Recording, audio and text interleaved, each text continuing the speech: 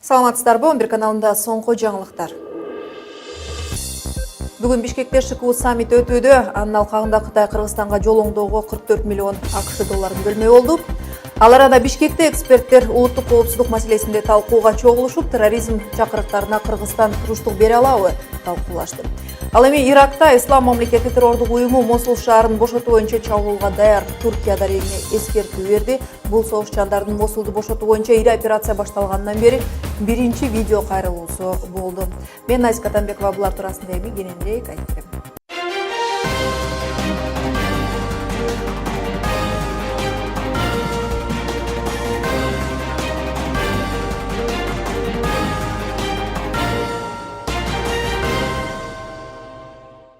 Бүгін президент Алмазбек Атамбаев Орусиянын өкмөт башчысы Дмитрий Медведевди кабыл алып энергетика жаатындагы жана экономика кызматташтыкты талкуулады. Сүйлөшүүлөрдө эки тараптуу кызматташуу боюнча мурда түзүлгөн макулдашуулардын аткарылышы жана миграция маселеси талкууга алынды. Дмитрий Медведев Шанхай кызматташтык уюмунун өкмөт башчыларынын бүгүн Бишкекте өтө турган саммитине катышуу үчүн Кыргызстанга 2-ноябрда келген.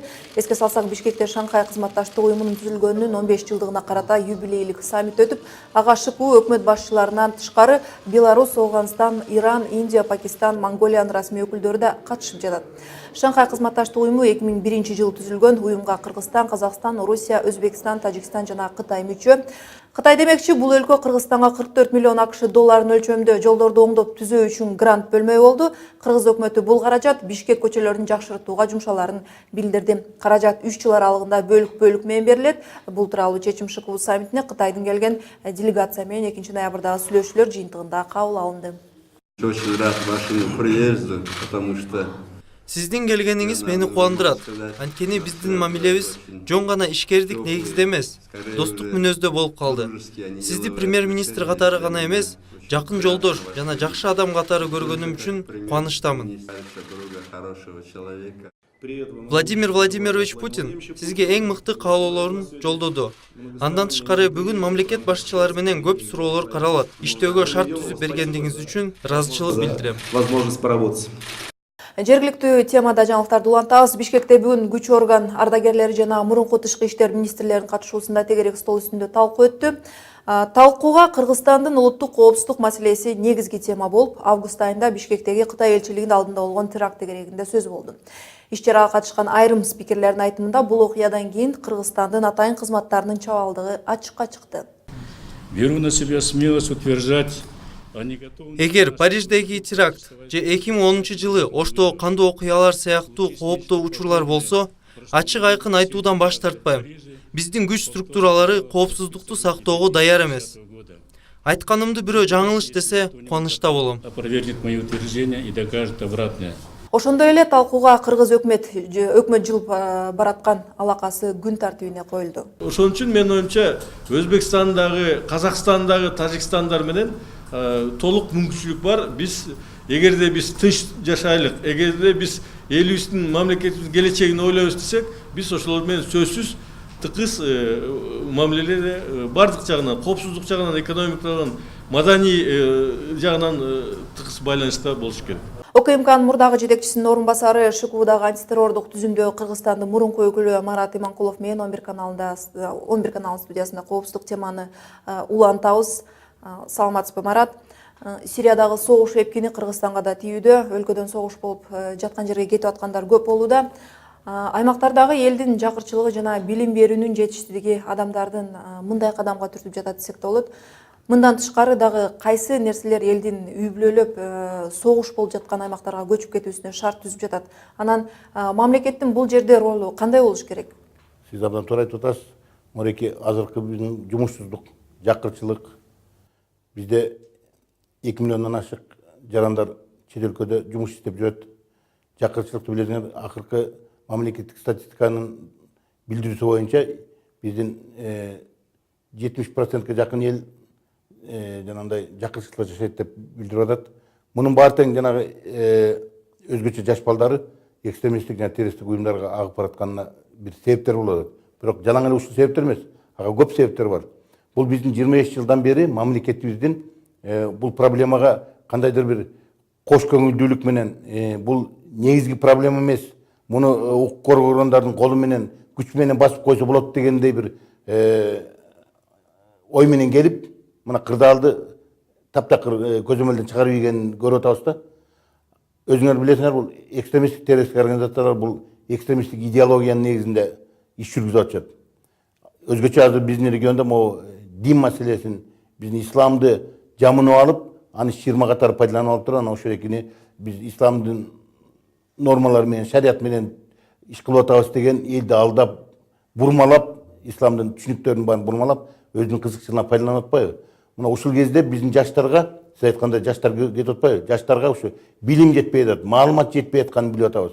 Мына ошо алданган бойдон алар ошол эле мусулмандыкты кылып атабыз, биздин динди коргоп атабыз деген билбестик шылтоо менен барып, мынакей барып алып жанагындай согушка барып эле түшүп калып атат. Алар ошо согуштун курманы болуп атышат. Анан азыркы кырдаал, могу жакынкы чыгышта болуп аткан Сирия менен Иракта болуп аткан кырдаал жакында башка нукка айланып кетиши мүмкүн. Биз мына азыр 500-600дей биздин жарандар барып, ошо согуш болуп аткан жерде согушка качып, согуш бүтүп атпайбызбы? Эми азыр башка кырдаал болушу мүмкүн. Азыр Сирия менен Иракта чоң согуштук аракеттер жүрүп атат. Мынакей Сирияда Алеппо деген шаарын террористтерден бошотобуз деп бир коалиция орустар, Россия жана Иран, Сириянын бириккен күчтөрү менен ошону бошотуп атат. Ошол эле убакта азыр Ирактын Масул деген шаарын Америка Кошмо Штаттары баштаган коалиция бошотобуз деп чоң салгылашуу болуп атат. Эгерде ушул эки стандарттуу карабай, бир стандартта террористтер менен мындай сөз түрүндө эмес, иш жүзүндө биргелешип, күрөшүп, террористтерди жеңебиз деп турган болсо, бул жакынкы убакта бул шаарлар бошолот. Бошотушат буларды. Анан ошондо ал террористтер же жок кылынат, же алар качып кутулат. Ошо качып кутулуп каяка барат алар? Ошо биздин региондон баргандардын баардыгы качкан бойдон кайсы биздин регионго кайра агылып келиши мүмкүн. Мына ошондо бизде чоң коркунуч туулат биздин мамлекетте. Алар согуш күйдөнүп алып, аларды жанагындай фанатично жанагы өзлөрүнүн башчыларына ишенип калган эмелер мына жакында болду бизде. Өзүбүз биздин шаарды көрдүк. Кытай Республикасынын посольствосуна барып жангечти жардырды. Абдан чоң көлөмдөгү жардыргычтар менен жардырып таштады. Алар келип алып ошолордун баары тең ушундай кылбайт деп ким кепилдик берет эми бизге? Мына ошолорду келгенде биздин мамлекет, биздин коом ошолорду тосуп алганга, эгерде ошолор тараптан масштабтуу чоң бир коркунучтар жарата турган болсо, биз ошого даярбызбы деген суроо туруп алыппы? Мен как ушул проблемалар менен көп жылдар иштеп жүргөн кесипкөй адам катары мен айтат элем, биздин мамлекетте коом да буга даяр эместигин көрүп атабыз. Эмне үчүн ал себеп даяр эмес болгонун ал баарыбыз билип атабыз. Анткени ушундай чоң проблемалар менен, экстремизм террористтер менен иш алып барууда кесипкөй адамдар керек.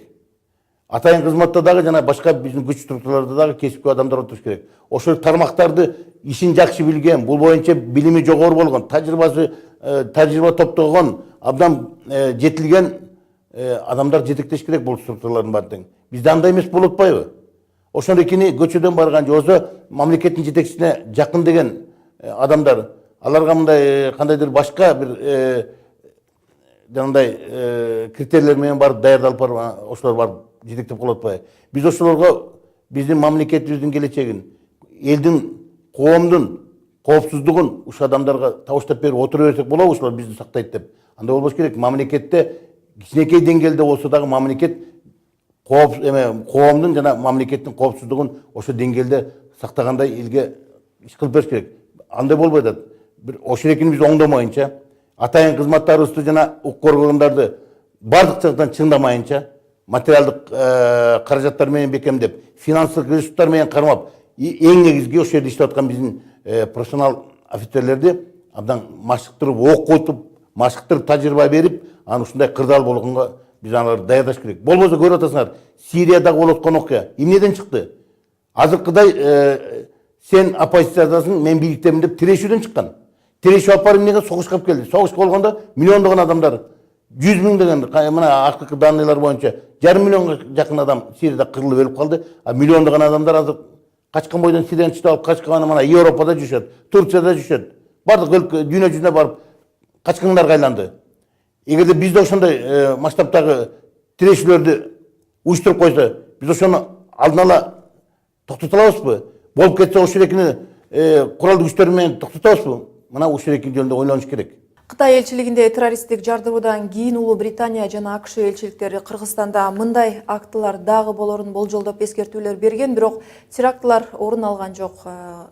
Кандай ойлойсуз, мамлекеттик ушундай боло турчу терактыларды жоюуга күчү жетеби? Анан диний экстремизмге жана терроризмге каршы Кыргызстандын күрөшү кандай деңгээлде? Бул өзүңүз айткан жанагы Кытай Республикасында болгон жардыруу менен жанагы эки посольствонун Великобритания менен Америка Кошмо Штаттарынын посольстволорунун билдирүүсү бул биздин мамлекет үчүн чоң сигнал катары кабыл алыш керек. Мунун артында чоң оюндар тургандай мен сезилип атат. Бул бизди жардырып, биздин мамлекеттин кубаттуулугун сынап аткандай сезип атам мен. Биздин коргорлордор атайын кызматтар ошону жардырып алдын ала албай калды. Бирок биздин атайын кызматта мен ошо жерде иштеп кеткем, ошо менен иштеген коллегалар бар. Профессионалдык жагынан абдан чебер балдар көп, билимдүүлөр да көп. Мына ошолор кийин болсо дагы ошолор уюштургандарды жана аткаргандарды таап, кармачысын кармап, калгандарын издөөгө салып атат.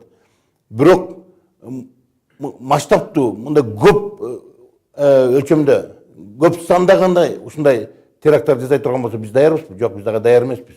Дагы бир жолу айтып атам. Бул сигнал, бул сыноо. Ушу сыноодон чыгып кетиш үчүн мамлекет бутуна бекем туруш керек. Экономикалык жактан дагы адамдар коомузда абдан чоң биримдик болуш керек. Коомузда биримдик болбой атса, биздин жанагындай саясий топтор, ар кандай уюмдар, жеке саясатчы адамдар коомузду ар кайсы жакка түштүк түндүк кылып, чыгыш батыш кылып бөлүп алып туруп, партия кылып өзүнө бөлүп алып туруп, ушинтип ынтымакты ыдыратып отурса, кантип биз ошо чоң чакырууларга бир муштун болуп ошолорго туруп бере алабыз? Андай болбойт да. Ошондо биримдикте, ошонун мамлекетинде биримдик керек. Мамлекеттин болгон ресурстардын баарын бир колго алыш керек. Бир колго алып, ошол жерде чоң коркунучтар, чоң күчтү талап кылат. Аларга каршылык көрсөтүү. Андан тышкары бул жана мен башында айттым. Экстремист террористтер бул идеология. Идеологияга жалаң карандай кара күчтү салып коюп туруп, ошо күч менен басабыз деген бул жөн утопия. Бул болбогон иш. Да эгерде жанагындай куралдуу күчтөр менен келе турган болсак, биздин күчтөр салып бериш керек. Бирок биздин алдын ала иштерди жүргүзүш керек. Бул жана жаштарды, өзгөчө жаштарды, жерлерде, айылдарда болобу, шаарларда болобу, өзгөчө окуу жайларда биз алардын билимин жоңдотуш керек. Билимдин астыгынан, билиминин жетишпестигинен ошолорду курал катары пайдаланып кетип атат. Динди үйрөтөбүз деп шылтоо менен аларды экстремисттик идеология менен сугарып коюп атат. Мына ошон үчүн биз мамлекет ошо азыр проблеманын баарын чече албай атат. Аны жанагындай негизги проблема катары мамлекет колго алып туруп, коомду тойгонтуш керек. Коомду мобилизация кылыш керек. Эгерде ошол эки мамлекет ошол ишти жасай ала турган болсо, анда биз булар менен реалдуу күрөшө алабыз деп айта алабыз. Бирок андай даярдыктарды, андай кылып аткан иштерди мен көрө албай атам. Эмне үчүн аны жасабай атат?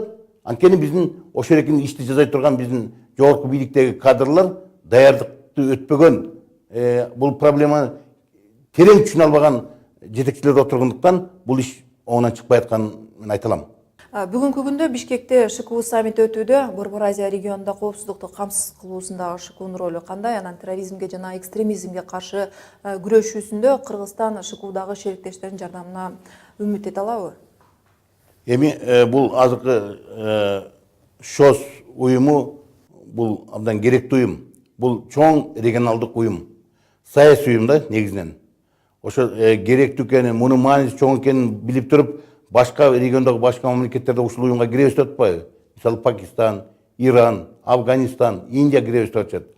Бул деген эгерде ошолордун баары ушул уюмга кире турган болсо, дүйнө жүзүндөгү адамзатынын жарымынан көбү ушул уюмда болуп калат да. Анткени ушул мамлекеттер биригип кошула турган болсо, ошол мамлекетте жашаган адамдардын саны адамзаттын санынын жартысынан көбүн түшүп калат. Эми конкреттүү морик экстремизм жана терроризм жана ШОС уюмунда дагы сепаратизм менен биргелей күрөшөбүз деген келишимдер бар. Мына ушул экини кылыш үчүн эми саясаттан биз конкрет иштерге өтүшүбүз керек да. Андай иш башталган. Мен улуттук эксперт катары ошол эки ШОС уюмунун терроризмге, экстремизмге жана сепаратизмге күрөшүү боюнча Ташкенттеги атайын уюм бар. Ошол экинин түзүп атканда мен ошол эки эксперт катары калыптанышына мен кошо иштеп кем, ал проблеманы түшүнөм. Мына ошол жерде биздин эксперттер отурат, аналитиктер отурат. Биргелешип алып, ошо кырдаал биздин чөлкөмдө, биздин региондо болуп аткан кырдаалга абдан көз салып, ошол жөнүндө маалыматты мамлекеттин жетекчилерине жана биздин атайын кызматтын жетекчилерине ошондой маалыматтар алмашып, ошолордун биргелешкен иштерин уюштуруп турат. Жыл сайын булар биргелешкен машыгууларды өткөрүп жатат. Именно терроризм менен, экстремизм жана сепаратизм менен күрөшүү боюнча. Мына ошолорду эми дагы мындан ары дагы башка методдорун ойлоп таап, буну дагы жакындатуу маселесинде иш алып барыш керек деп ойлойм да. Бунун ШОС уюмунун келечеги абдан кенен. Муну туура биз мамлекет катары өзүбүздүн коопсуздугубузду, өзүбүздүн болгон стабилдиктү бекемдөөдө ушул уюмдарга таянып, ушул уюмдун мүчө катары биз ошол эки уюмдан көп нерселерди убагында алып, туура пайдаланышыбыз керек да. Мына ушул суроонун баары ушунда жатат. Рахмат. Коопсуздук комитетинин мурдагы жетекчисинин орун басары Марат Иманкулов 11 каналынын студиясында болду. Жаңылыктарды улантабыз.